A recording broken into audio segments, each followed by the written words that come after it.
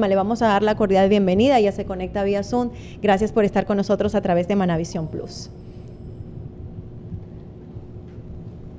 Muy bien, ahí está conectada, pero parece que tenemos un inconveniente. Al parecer tiene el micrófono sí, de pronto nos activa el audio apagado. O es un problema acá, nos confirma producción para poder saludarla a Francesca y tener este diálogo importantísimo de lo que vamos a hablar, estos modelos que necesita el Ecuador para reducir desperdicios, para generar un poco de valor desde la parte ambiental también y hablar un poco de la sostenibilidad, que es un término muy usado en la actualidad, claro, Enrique, pero ¿cómo está el país ¿qué realmente? resultados hay? Así es, exactamente. Exacto. Bueno, vamos a ver si podemos retomar.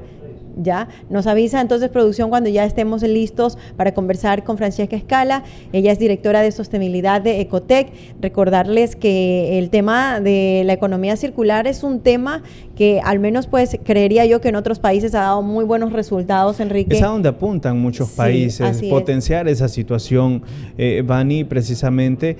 Y bueno, vamos a conversar, como usted lo decía, con Francesca para ver la situación en el país, qué sectores productivos del Ecuador se han sumado, los resultados que quizás ya se están viendo en este momento, y bueno, ya todo está en que producción nos indique cuándo está todo ok para volver a proyectarla. Cosas que pasan en vivo, Vani, no hay problemas. Vamos a esperar 12 con 31 minutos. Mire, las facilidades de la tecnología y a la vez las situaciones de la tecnología que a veces también nos presentan estos tipos de inconvenientes, pero que bueno, vamos a tratar de solucionar. Ahí ya la tenemos para poderla saludar y compartir este diálogo. Bienvenida, Francesca, un gusto de poder compartir este espacio y este diálogo con usted a través de Manavisión Plus. Buenas tardes. El gusto es mío. Aquí, bueno, desde Ecotec, un saludo a toda la audiencia. Un gusto poder estar con ustedes compartiendo y tratando este tema muy importante, que es la economía circular. Y bien, como ustedes comentaban, primero es importante tener el contexto de lo que es economía circular. Así es. ¿Sí me pueden Sí, estamos exacto. Escuchando perfectamente. Y justamente por ese lado queríamos entrar un poco también para que la ciudadanía entienda desde casa, de la manera más sencilla, de qué estamos hablando cuando hablamos de economía circular. Bueno, primero tenemos el concepto de la economía que tenemos actualmente, que es la economía lineal. Es el modelo ahorita mundial donde incluye la extracción del recurso, la producción o la fabricación de un material, de un bien, y posteriormente el uso y el desecho, es decir, el descarte. Actualmente tenemos esa economía que deberíamos de cambiar. ¿Por qué? Porque el planeta ya no puede soportar más extractivismo y llegamos a un momento que no podemos generar tantos desechos porque la población sigue desarrollándose, sigue creciendo y no podemos dar esa carga al planeta, posiblemente con un alto nivel de contaminación. Entonces, la economía circular es un modelo que justamente cambia el enfoque último de este modelo, que es ya no generar el desecho, es decir, el residuo que se genera dentro de los procesos ya tiene un valor, es decir, verlo el residuo como un valor que tiene un potencial de recuperación, reuso, reciclaje, recuperación energética, podemos recuperar material, darle una prolongación en su vida útil. Y me gusta mucho hacer un ejemplo práctico, ¿no? Se habla para que la población pueda entenderlo. Entonces, yo siempre pongo el ejemplo del textil, ¿no? De la ropa, ¿no? Nosotros cuando vamos a hacer compras, ¿no? Nunca nos fijamos en el tema de la composición del material, simplemente si la ropa bonita nos queda bien, el color y el precio, ¿no? Entonces, el mercado lo define el consumidor. Entonces, ¿qué hacemos con esa ropa? Nosotros no nos fijamos, bueno, esto de aquí una vez que ya no lo utilicemos, ¿a dónde va? ¿Qué hacemos? Muchos dicen, bueno, lo dono, lo regalo, pero finalmente, ¿a dónde va? Sabe ya mundialmente que la industria es una de las más contaminantes, generando un 10%, de 8 al 10% de contaminación de CO2, que supera el transporte aéreo y el transporte marítimo. Entonces, aquí entra un detalle muy importante, que es la cultura del consumo. Si las personas tuviesen la educación suficiente para saber, ok, esto lo puedo comprar por composición. ¿Qué pasa que un textil lo compro? La mayoría de la composición normalmente es ya polímero, ¿no? nosotros hablamos de poliéster, poliamida, nylon, rayón, que es lo que más hay en el mercado. Entonces, el tejido ya es sintético en su mayoría. El consumidor no va a buscar en tema de composición, sino simplemente precio si le gusta o no.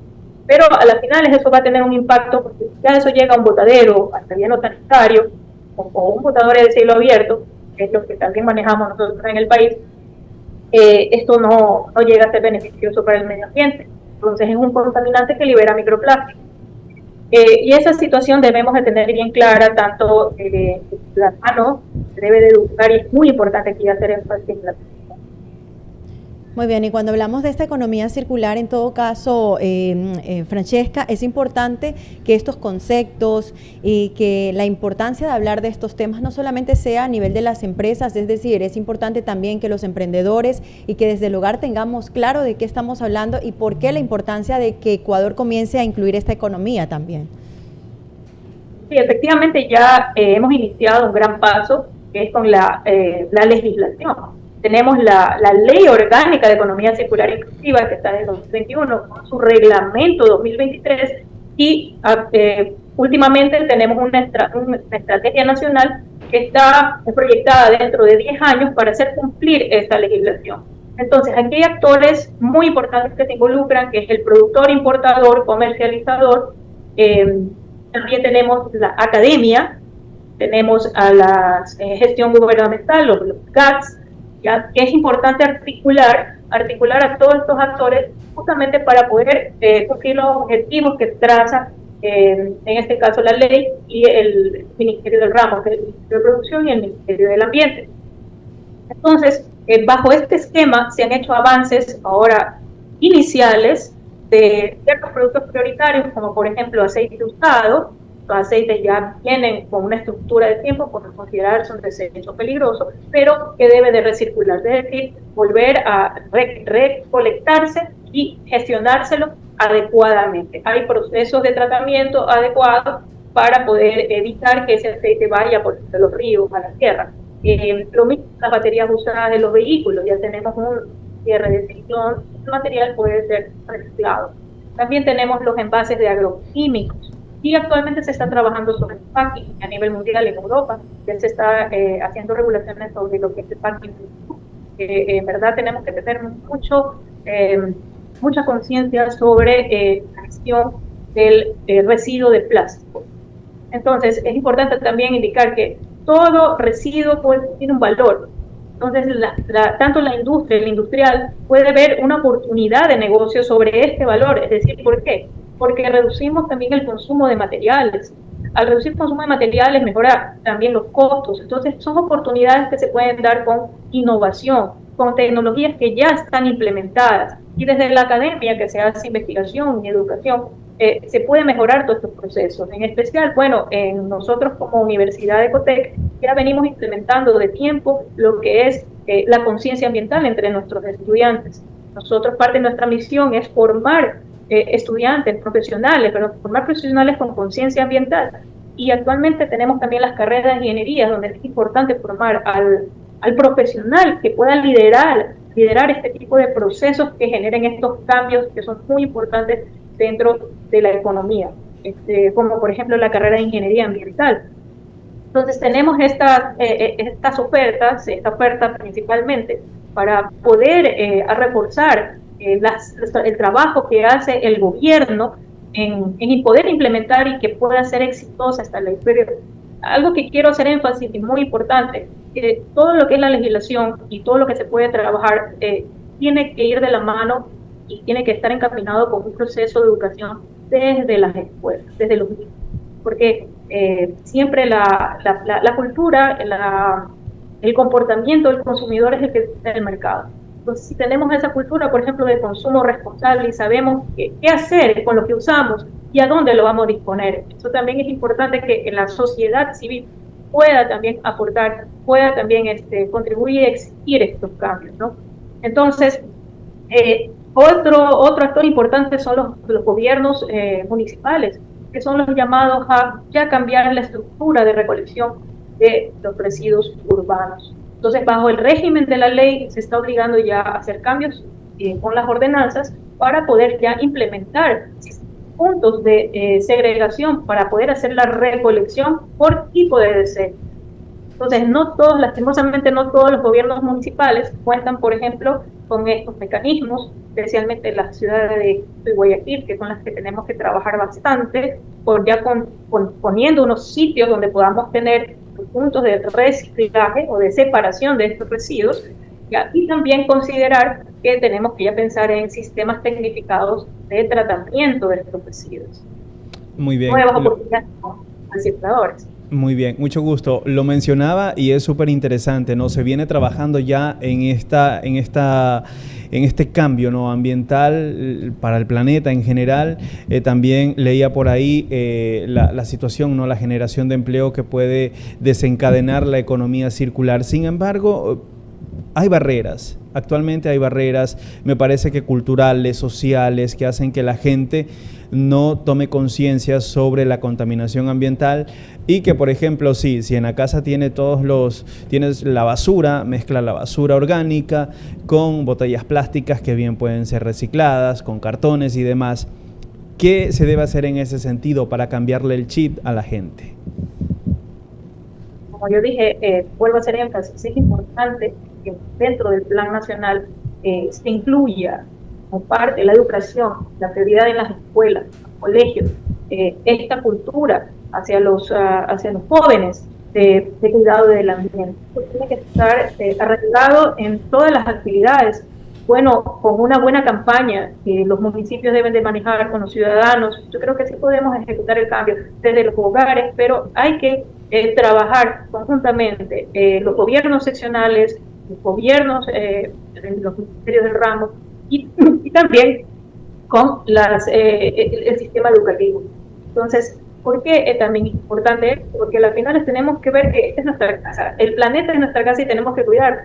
Si nosotros contaminamos y no tomamos conciencia de lo que hacemos y dónde van nuestros desechos, eso regresa a uno como contaminantes y al sistema, a la cadena alimenticia.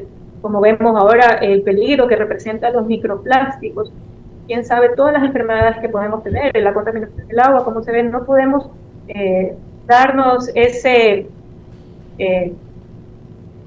no diría lujo, sino dar por sentado que los recursos son infinitos y que podemos desechar cuantas veces queramos, y no es así. ¿Por qué? Porque eso tiene su gran impacto y esto va a repercutir más adelante en la salud de las personas. No lo vemos ahora, no lo sentimos ahora, pero esto va a pesar en las futuras generaciones. Muy bien, ¿hay experiencias quizás a nivel internacional que se podrían aplicar en el Ecuador, que quizás podrían dar resultado para que vaya de la mano, ¿no?, el cambio que se busca con el cambio de chip también en las personas? Lo mencionaba, ¿no?, todas las instituciones que deben participar en esta situación para ir evolucionando. Pero hay modelos internacionales que podamos citar en este espacio, que digamos, ok, lo que se hizo, por ejemplo, me invento, en Estados Unidos, en tal área, se podría aplicar acá para reducir, ¿no?, la contaminación. Y bueno, existe la tecnología, existe, por ejemplo, mecanismos para optimizar el sistema de agro, ser más eficientes en el recurso agua, mejorar la calidad del suelo, manejo eficiente del sistema agroquímico en base al tipo de suelo que tenemos y a nuestra realidad. Es decir, aplicar ciencia en lo que nosotros tenemos. No podemos decir que el mismo suelo ecuatoriano es igual que el suelo norteamericano. No es el mismo.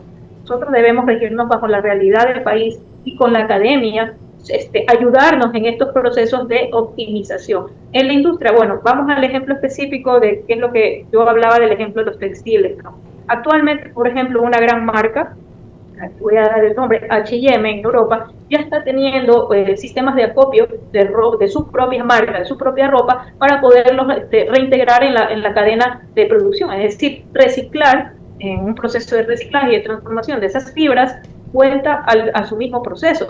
Estamos hablando que el mercado textil solamente recicla el 1% de todo el material.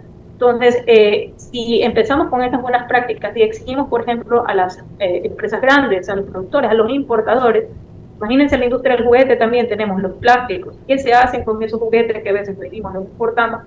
Se dañan, se rompen. ¿Qué hacemos con ese juguete? El niño no sabe qué hacer, lo bota a la basura, termina en un botadero, a cielo abierto o al río. Entonces, zapatos. Entonces, todo esto es parte de un proceso que tenemos que encaminarlo con una educación y una propuesta de a dónde irían o cómo clasificaríamos, y la responsabilidad que se le da al productor, importador y comercializador, porque es lo que se denomina la responsabilidad extendida, que eso ya está contemplado en la ley como principio, y que sería bueno analizarlo y replicarlo.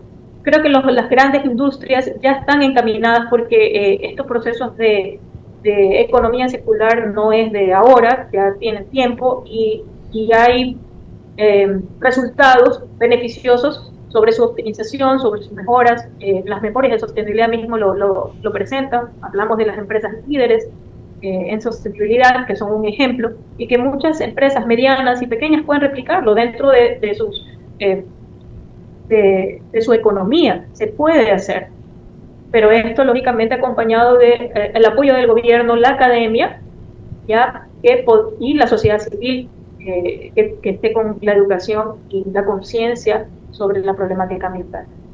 Muy bien, y cuando hablamos de las tecnologías también pareciera contradictorio, ¿no? Pero en un mundo tan tecnológico en la actualidad, Francesca, parece mentira que hoy las nuevas generaciones se preocupan un poco más por estos temas. Vemos cómo desde el deseo, la necesidad de políticas públicas que estén más bien relacionadas con el tema de la sostenibilidad, del cuidado del medio ambiente, también tienen mucho que ver con eso que está esperando el joven con respecto a las propuestas, con respecto a las leyes. Y también, bueno, en ese sentido podríamos decir que hoy hay una educación un poco más responsable con respecto a estos temas, a cambiar estos hábitos, a mejorar en las nuevas generaciones, es decir, de ese consumo responsable. Podríamos hablar que ese aporte que ha dado la academia y bueno, pues ese cambio también de mentalidad sí está siendo positivo, y al menos en el Ecuador lo podemos ver así, lo notamos de esa manera.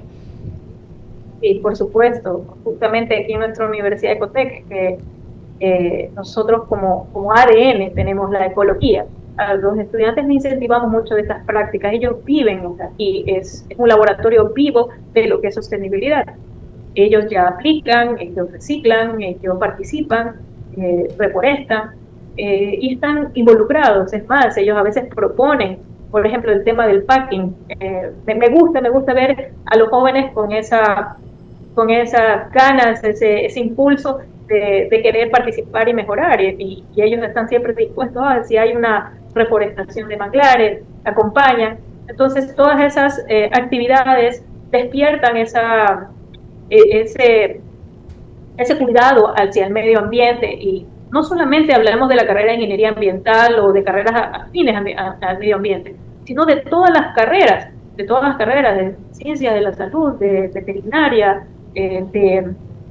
otras mecatrónicas. Entonces es importante ver cómo es la participación de los chicos y esta curiosidad, y de que de alguna forma su formación le va a también aportar que todas las actividades que ellos realicen como profesional también incluyan las buenas prácticas hacia el medio ambiente.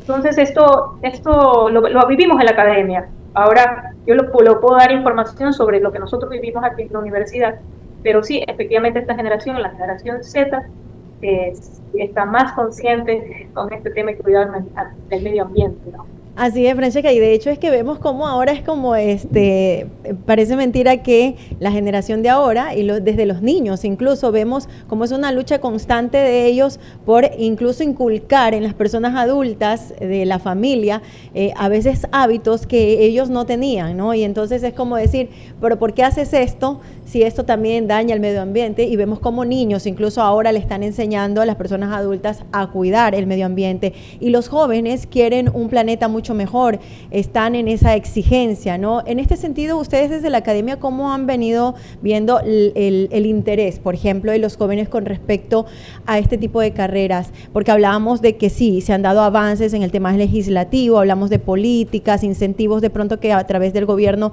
se vienen dando también para que se implementen a través de la industria, a través de la empresa, pero los jóvenes están interesados en elegir estas carreras? ¿Hay profesionales suficientes en el Ecuador para implementar? Hablaba usted de los GACs, por ejemplo, ¿no? ¿Cómo deben también hacer ese cambio del tema de los residuos, la recolección de basura?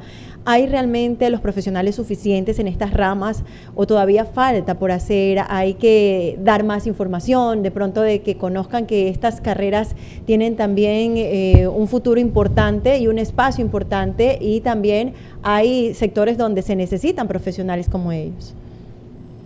Sí, efectivamente, la verdad que ahora en el país hace falta profesionales de ingeniería, ¿no? Las carreras que les comentamos, las STEM.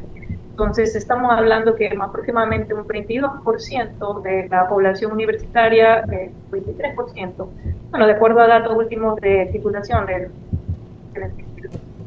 4, ¿no? Estudian ingeniería o carreras relacionadas a ciencias, ¿no? Entonces, esto hay que ir un poco a revisar tal vez el currículum educativo de la base por el tema de las pruebas actualmente que tiene que trabajar el gobierno para mejorar, por ejemplo, en ciencias, en matemáticas, en lectura, para incentivar a los chicos a que estudien estas carreras que se necesitan, la verdad, se necesitan profesionales que puedan aplicar la ciencia, los criterios técnicos para desarrollar la tecnología o implementar la tecnología actual, optimizarla. Entonces son carreras que sí requieren este esfuerzo, como le indicaba, en la base matemática, en la base de biología. Entonces, yo iría orientado de que el gobierno necesita fortalecer ese tipo de programas desde las escuelas. Perfecto. Ya en esta parte final, Francesca, queremos que usted nos deje un mensaje también en la población que hoy pues ha escuchado acerca de la economía circular. Ya lo tienen más claro de qué se trata, pero cuán importante es empezar desde casa. Por ejemplo, si usted tuviera que recomendarles un hábito que debemos cambiar, por ejemplo, desde hoy, todos desde casa, y que podría generar un impacto positivo en el Ecuador, ¿cuál sería ese hábito que usted le diría a la gente? Hoy arranquemos todos y no dejemos de hacerlo, porque esto es importantísimo para el país y para el medio ambiente del país. Bueno, sí, yo les sugeriría, recomendaría establecer prácticas de segregación de todo lo que es material plástico, ¿no? Nosotros compramos envases, los envases de detergente, los envases de todo lo que es productos de limpieza, de todo lo que es alimentos. Entonces, buscar un envase que lo pueda reciclar, porque ese es otro tema, ¿no? Ver el tipo de envase, si puede ser reciclado o no. Estábamos hablando también, en un momento se hizo una propuesta de los plásticos de un solo uso y plásticos que no entran en la cadena del reciclaje. Entonces, importante ver o informarnos dónde posiblemente tenemos puntos donde podemos entregar a los recicladores base o los centros de reciclaje donde podamos disponer. Aproximadamente entre un 60 y 70% de todos nuestros residuos podemos recuperarlos, darles un valor agregado, es decir, que entre a un proceso distinto que ir al relleno sanitario o un botadero. Lo que no queremos, porque estará ahí mucho tiempo y eso no se descompone biológicamente, simplemente el material o la fibra se traslada y genera contaminación, microplásticos.